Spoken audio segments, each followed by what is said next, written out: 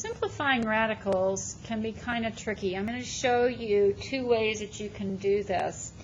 And so it's the second way I'm going to show you is actually a preferred way, especially if you do not have multiple choice. But if you have multiple choice, you could simply put in the square root of 18, and you're going to get an irrational number. Okay? So now I want to know which one of these is going to give me the same number. So I'm going to do 2 square root of 3. That's not it. 3 square root of 2. That looks like it. Okay? Now you may want to check the other ones, and for sake of time I'm going to tell you those aren't it.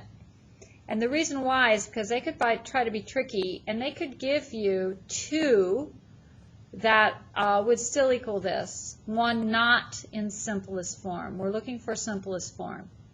So the way, when you do it this way, this here has to be the smallest number out of your choices if you had 2 choices. We don't in this case. This is it. This is clearly it. So now I'm going to show you the preferred way. The preferred way is you're going to go to y1 and you're going to put in what's under the radical.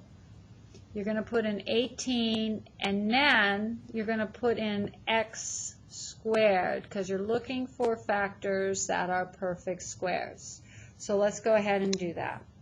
We're going to clear all this out. And so I'm going to do 18. You could do the fraction thing if you want to, but you don't need to. X squared. Okay? So now I'm going to go to my table. So my table is in second graph. That's where I go for my table. Second graph. Second graph. And it gives me my table. So what I'm looking for here is in my y's, I want the smallest y possible that's an integer. So here we have 18, oh, but here we have 2, and then we no longer have any integers, and they start getting closer to 0. So I'm going to take the number 3 and the number 2. So I'm going to take the number 3 and the number 2.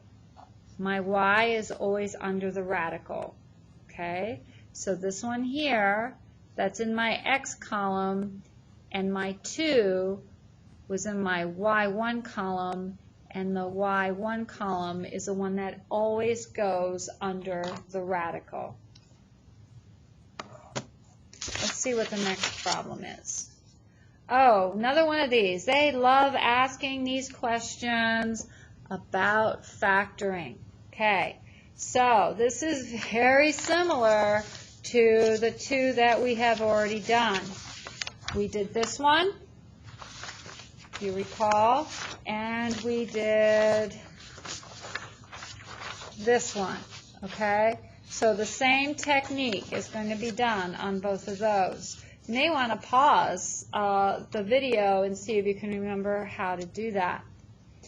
So let's go ahead and let's put everything in our calculator for this one. We're going to use x's instead of c's. Always use x in your y equals.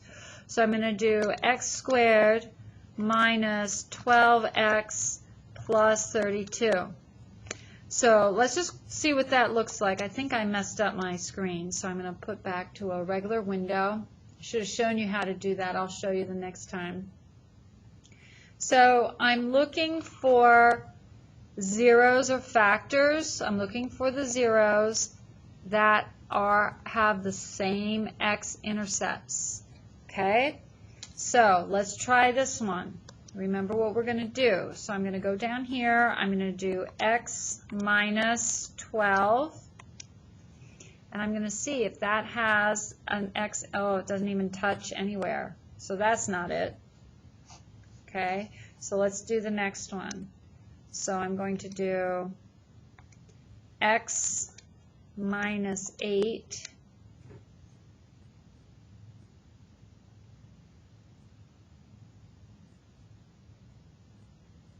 I have a feeling this might be it. There we go. So we can see it crosses, it has the same x-intercept. So this is just saying a factor, which means they're only looking for one. So that has to be my answer. The other two, you could check them, but you'll see the other two will not cross at the x-intercepts. Okay, so this one here is very similar to the one that we did, I guess, very early on. The sample B problem, this one here, it's very similar to the sample B problem. So let's go ahead, we're going to go second quit. Let's clear all that nonsense. So I'm going to do 2/3 store x, and then I'm just going to type that in my screen. So 2/3 is 2 divided by 3, store, that store button down there, and then I'm going to put x, and then I'm going to put equals. So now this is the same as 2/3, it's just in decimal form. My calculator now thinks that's the value of x. So now I'm going to put this in. X squared plus 3x minus 2. And I'm going to say enter, and I get this value, 0.44444, repeating. So I could go through all these choices and see which one comes out that way, or I can do math, frac, and it tells me that my answer is 4/9, and I'm done. Let's see what's next. This one here, again, is very similar, okay?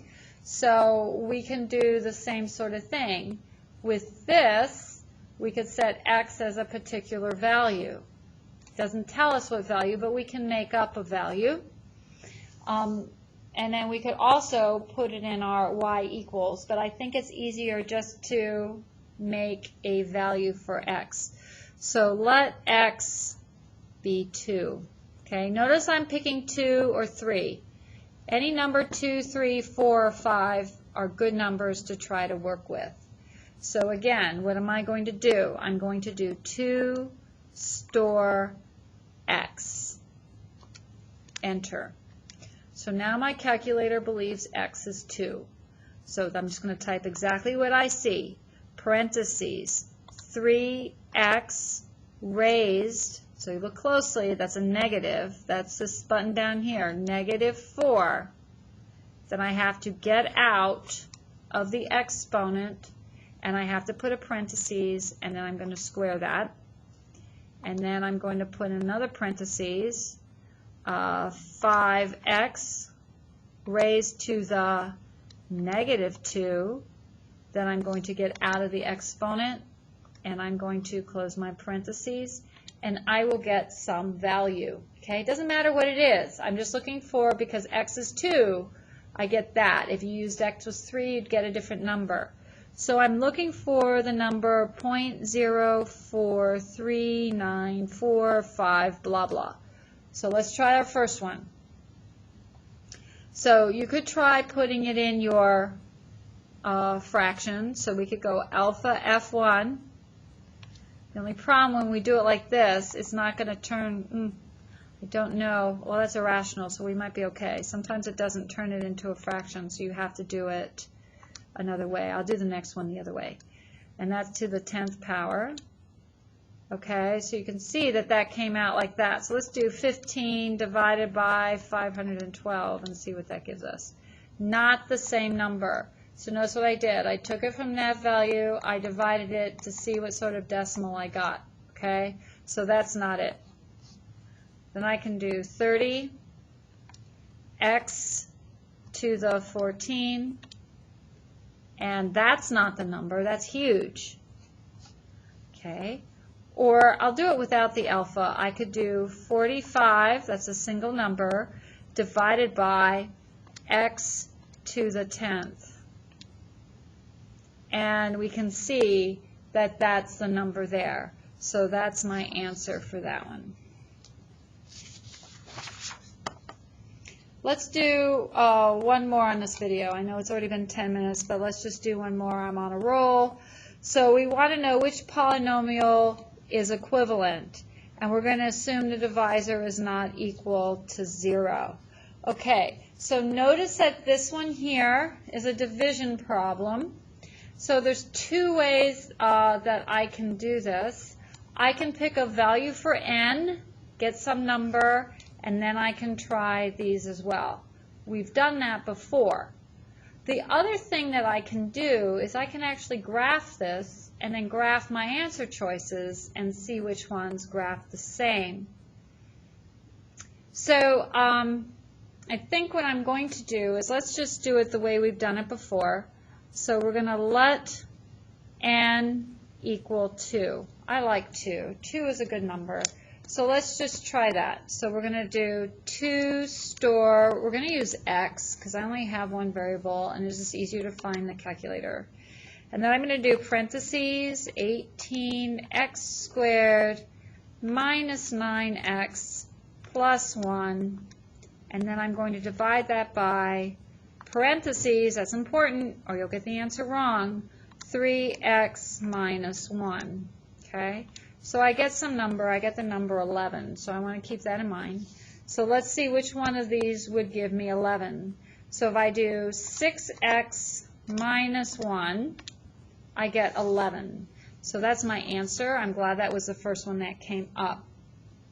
So we're just going to stop there with this video.